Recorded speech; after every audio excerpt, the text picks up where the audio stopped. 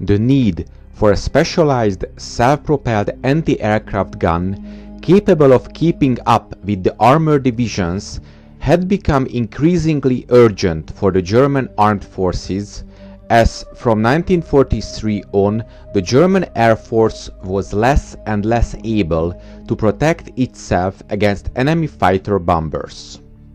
Therefore, a multitude of improvised and specially designed self-propelled anti-aircraft guns were built, many on the Panzer IV chassis, starting with the Flakpanzer IV Möbelwagen or moving van, and progressing through the Wirbelwind or Whirlwind and Ostwind or East Wind models. However, these designs were tall, open-topped designs with suboptimal armor. These flaws were to be eliminated in the Kugelblitz, the ball lightning, the final development of the Flakpanzer IV.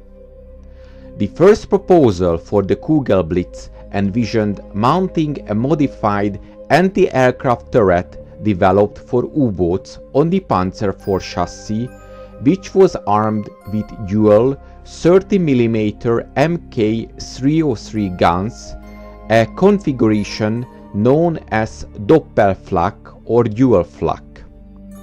The development of this gun began in late 1941 and production started in late 1944. Only approximately 200 were produced, and it was to be installed on Type 21 submarines as anti-aircraft defense.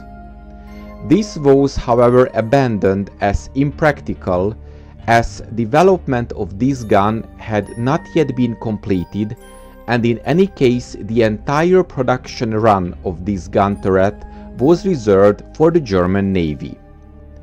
Instead, the Kugelblitz used the 30mm Mk103 cannon in a Zwillingsflak or twin flak arrangement.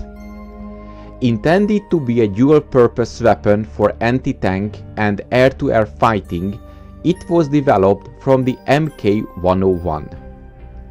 Compared to an earlier model, it was faster firing, and was originally intended to develop a higher muzzle velocity. The gun could fire 450 rounds a minute.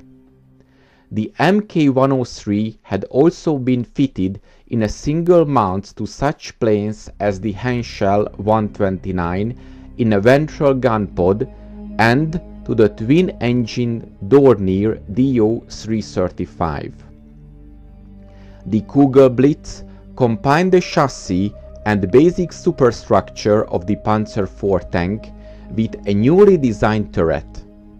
This turret was fully enclosed with overhead protection and 360 degrees traverse.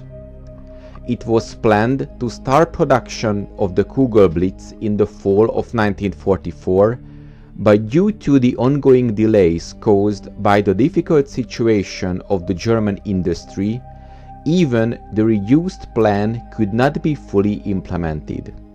So, of the three that began in September of 1944 with production, only a single one was completed.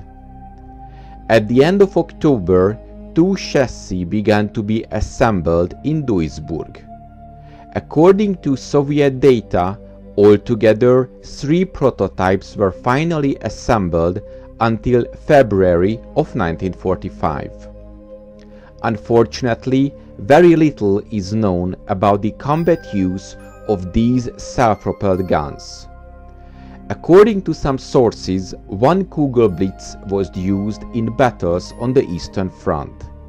That vehicle should have been part of the Panzerflakersatz- und Ausbildungsabteilung, a special test unit for testing all German anti-aircraft tanks stationed in Ohrdruf, and it was destroyed during the battles. Presumably it was used to provide air defense for the Spartanburg airfield and was destroyed by Soviet troops on the 1st of April 1945. 2 more turrets were sent to Berlin, where they were used as fixed emplacements. 1 complete tower was captured by the American troops, probably found at the Daimler-Benz factory in Berlin.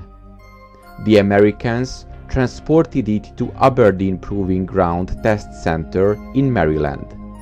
Later, in the 1950s, it was sent to Great Britain.